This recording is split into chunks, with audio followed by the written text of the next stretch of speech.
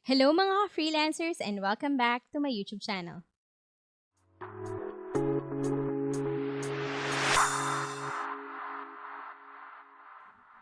It's time for another SSS video tutorial and so far naituro ko na sa inyo kung paano nga ba tayo magbabayad ng ating SSS contribution gamit ang GCash, Management app at Bayad Center app. And kung hindi mo pa napapanood yan, ipopost ko yung link ng playlist sa description box below. You can check that out later. Pero kung matagal ka nang sumusubaybay sa YouTube channel ko, most likely aware ka na matagal nang hindi accessible ang SSS payments sa GCash. Kaya nga po tayo nagtatry mag-review ng iba pang mobile wallet that would work like GCash. Pero very recently, na-discover ko na pwede na pala tayong magbayad ng ating contribution gamit ang mismong SSS mobile app. So yan ang ating i-discuss today. So, meron tayong dalawang option para makapagbayad gamit yung SSS mobile app. Merong PayMaya at paggamit ng credit or debit card.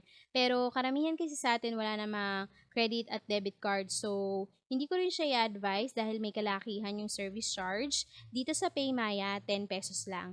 Pero kung ikaw wala ka pang PayMaya account, pwede kang mag-register gamit yung invitation link or invite code na makikita mo sa description box below.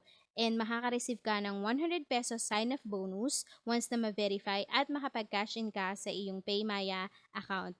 Pero once you have your PayMaya account set up, tapos meron ka ng enough funds to cover for your SSS contribution, let's now proceed with the video tutorial.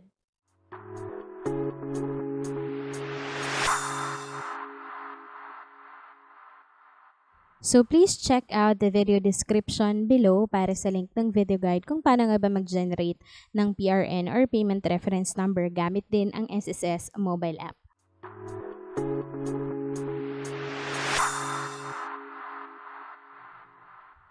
Gamit din yung SSS mobile app, punta ulit tayo sa Generate PRN and I'll be paying for my June contribution pero yung due date niya is on July 31 pa naman.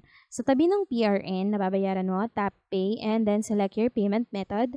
Again, I'm using my PayMaya account, then tap OK. And then may notice na nakalagay na para daw masigurado na successful yung payment, ang mag-antay ng 10 segundo. Pagkakita sa success screen, may alertong message na nalalabas sa iyong screen. So this means na during ng pagpaprocess ng payment, hayaan daw nating mag-refresh yung system ng kusa. So let's proceed.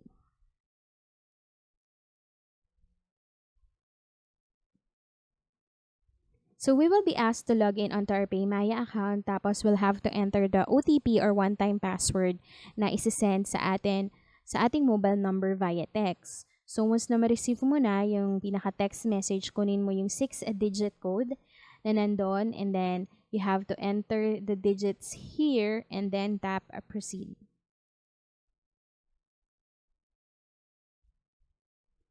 So, I'll be paying a total amount of 1,930 pesos pero kasama na po dyan yung 10 pesos na service charge dahil ang monthly contribution ko po talaga is nagkakahalaga lamang ng 1,920 pesos.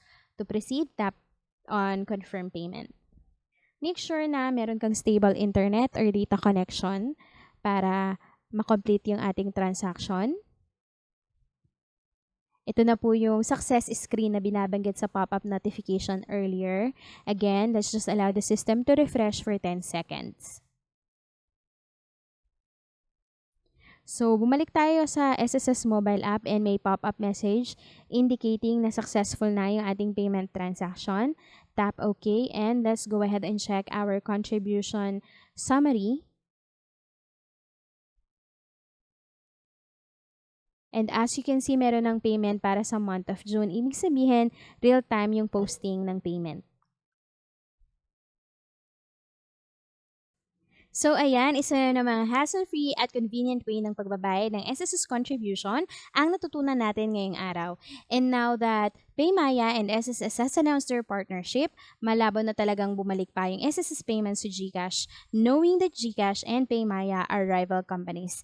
Pero since ito lang yung available option na meron tayo ngayon, siguro pili na lang tayo nung accessible sa atin at kung saan tayo mas makakatipid. So, I'll be posting a comparison table ng lahat ng mobile wallet wallet na na-try at na-review na natin para ipakita rin sa inyo yung pagkakaiba. And para naman sa mga video guides kung paano mag-register sa PayMaya at kung paano mag-cash in gamit yung iba't ibang funding option, I'll be posting a video series about that. So be sure to subscribe to my YouTube channel today at i-click mo yung notification bell para lagi kang updated.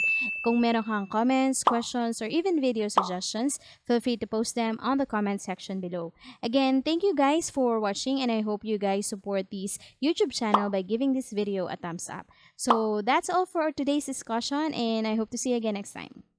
Bye!